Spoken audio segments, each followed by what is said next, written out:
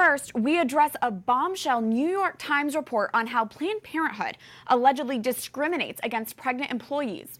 The paper reported that more than a dozen current and former employees of the nation's largest abortion provider accused the organization of mistreating and ousting pregnant staff. The women featured in the article said Planned Parenthood managers in some facilities declined to hire pregnant job candidates, refused requests for breaks for expecting mothers, tried to pressure new moms to return from maternity leave too early, and in some instances fired them after they gave birth. Joining us now is Talisa Hairston, a woman who was prominently featured in the New York Times article. We're speaking to her via Skype from New Haven, Connecticut for her first television interview. Talisa, welcome to the show. Hi, thank you. Thank you for having me. Absolutely. First of all, can you tell us about your pregnancy journey for your youngest son and any complications that you had? Yes, so in the end of my pregnancy, I actually developed preeclampsia, and it's a condition where your blood pressure reaches a really high limit. There's swelling in your feet, hands, and face. And it was so bad that I was put on bed rest multiple times until March 23rd. I was actually admitted to the hospital where I had to stay until my due date, which was April 30th. And then they performed an emergency C-section the next day because they said my liver was going to rupture and I would die.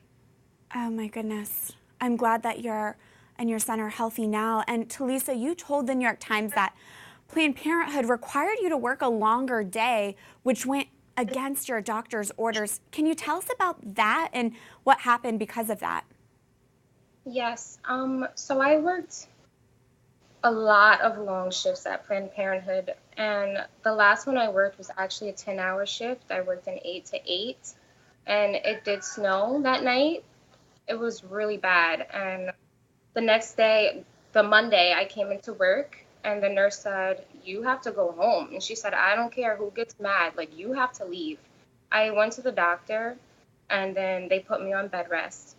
And they said, "This is really bad. Like, you have to think about your pregnancy. It doesn't matter what they say at work anymore. Like, that's it." And then that's when everything just kind of spiraled out of control. What would happen to Lisa when you would ask for lunch breaks? I wouldn't get one. Or if I did go on lunch, I was pulled out of the lunchroom to see patients. When you did have your son, Talisa, did Planned Parenthood respect your earned maternity leave? How did they treat you during that time? In the beginning, they were very kind. And then as a week passed, they said that they did not receive notice from my doctor that I did deliver the baby. They didn't have my FMLA paperwork. And I told them that my doctor had sent it 2 weeks before when I was placed on immediate bed rest. And then shortly after, I was getting calls stating that I had to come back to work. And my son had just came home from the NICU. He hadn't even been a month old. And I know with FMLA, like, I can stay home for up to 3 months. It's 12 weeks if you have a C-section. And it wasn't even the 12 weeks yet. And they were telling me that I had to return to work. I did let them know that I was not notified through mail with a letter stating I had to return to work, and how was I supposed to know these things? And it's a week later that I have to go to work. Sounds like you were really on top of it in all the paperwork and following protocol. Yes. So to clarify, Talisa, how did your employment at Planned Parenthood come to an end? It came to an end when I requested for paid family leave. It's a leave that started last January, and it's for bonding with newborns, where you can get extra time off, and it is paid. I requested that, and 2 of the women from HR said that I was not eligible for it. I can either do 1 week unpaid leave, 1 week of PTO, 30 days unpaid leave, or tenure my resignation. And with all of the stress that I felt, and it's actually making me tear up now, with all of the stress that I felt, I just felt that it was best to just leave, because the way I was treated throughout my whole pregnancy and maternity leave, I couldn't enjoy my son. or get myself better again to take care of him. As I mentioned to Lisa, you were prominently featured in that New York Times article. What was it like working with those reporters for the piece? They were awesome. They supported me throughout the entire process. They actually cried a few times when I let them know my story, because I still get emotional off of it. So I can imagine anyone that didn't go through it, it touches them in a place as well. And one of the reporters she was actually pregnant, and she said she couldn't imagine if this were to happen to her as well. And I told her, hopefully this never happens to anybody. So finally, to Lisa, again, thank you for your time. And hearing about this experience, I just want to end it in asking you, if there's anyone who might be considering a career at Planned Parenthood, what would you want to tell that woman? I would tell them to think twice and know exactly what you're getting yourself into. And I would tell them just turn the other way. There's better opportunities out there. I work for a great place now, and I'm respected. And that's what's very important, because if you're going to give healthcare, I feel like if something happened to one of us, it should be back in return. Like, people should respect us. To Lisa Hairston, thank you for your courage and sharing your story, and thank you for taking time to speak with us today. Thank you. We did reach out to Planned Parenthood for comment on this investigation. Planned Parenthood responded by directing us to their press release from their president, Dr. Leanna Wen, stating in part, "As a doctor, a public health leader, and a mother, I am deeply disappointed by a recent New York Times article that included allegations about our organization not living up to our high standards and policies. For confidentiality reasons, we cannot comment on specific allegations.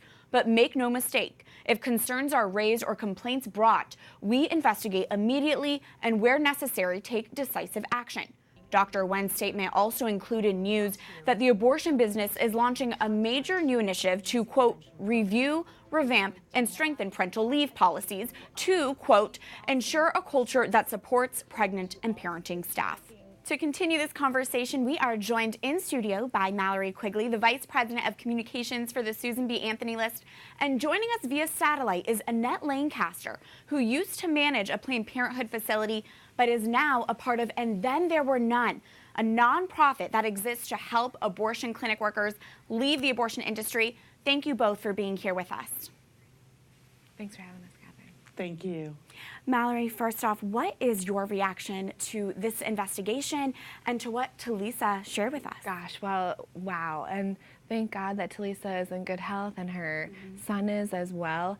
It's really no surprise when you think about the pressure that Planned Parenthood exerts on the pregnant women that come into their doors. I mean, 9 out of 10 women who are pregnant walk out of Planned Parenthood having been undergone or sold an abortion. And so it makes sense, and it's not really a surprise that they would exert this level of pressure on their employees as well, and to create an environment that isn't just hostile to the unborn child but to the mother. I mean, preeclampsia is a very serious condition for pregnant women, and for an organization whose motto is healthcare no matter what, I mean, I think that this investigation directly contradicts that, as we know. And Annette, I understand you spoke with the New York Times at length for this report. What did you share with the reporters? How was the culture at Planned Parenthood? Well, the culture was very dark. One of the things that I spoke out about was that they were very biased towards our pregnant employees.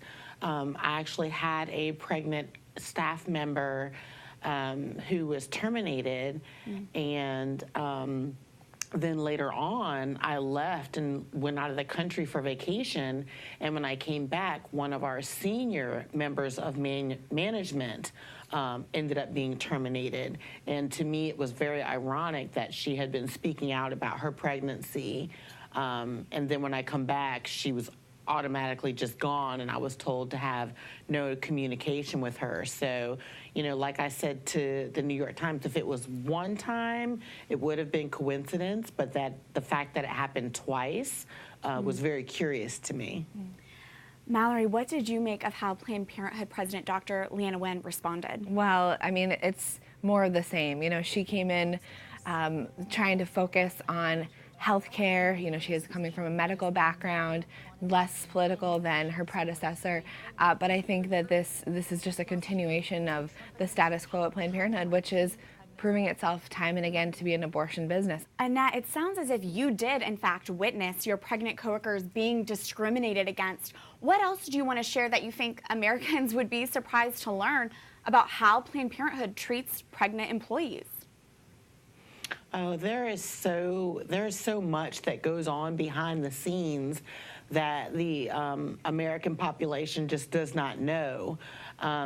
They do not provide health care. They do not provide maternity leave. They do not provide anything for the pregnant employees. One of the things that Planned Parenthood stresses is not taking time off, although they do offer it, and I guess that's because it's, you know, legally obligatory, but they do not allow a lot of taking of time off to go to doctor's appointments and things of that nature. So when you're pregnant, you're definitely going to need to take a lot of time off. And I think that is one of the reasons that was behind those two employees being suddenly terminated. Mallory, do you see this New York Times report having any repercussions for Planned Parenthood? I certainly hope so. I mean, it's more fuel to the fire. You know, on top of, you know, their annual reports and other information, the witness of former Planned Parenthood employees like Annette and Talisa. And I think that, you know, the timing of this was really unfortunate. It came right before the Christmas holiday when people are not paying as much attention. But this is something that we need to continue to point out, and the witness of the women that are working with And Then There Were None is so incredible and so powerful. So I hope that this will be a wake-up call to some people that are maybe still working inside the abortion industry and might get out after having this report. Absolutely. And Annette, on that note, finally, if there is someone who works at Planned Parenthood who happens to catch this program, what do you want to say to that person? I just want to beg and plead to those people, especially those that know me, that still work at the Chapel Hill location. You know the culture, you know the ambiance. Just get out. You know, it's almost like that movie that just came out recently called Get Out. Like you get sucked into this dark culture and you end up culminating to that, and you end up becoming part of it, and you really can't see your way out. But I would just stress to them and beg to them, just really look beyond what you're doing and, you know, really see the truth of the matter and just get out. Thank you for your witness. Annette Lancaster of And Then There Were None, and Mallory Quigley of the Susan B. Anthony List, thank you both for being with us. Thanks, Catherine. Thank you.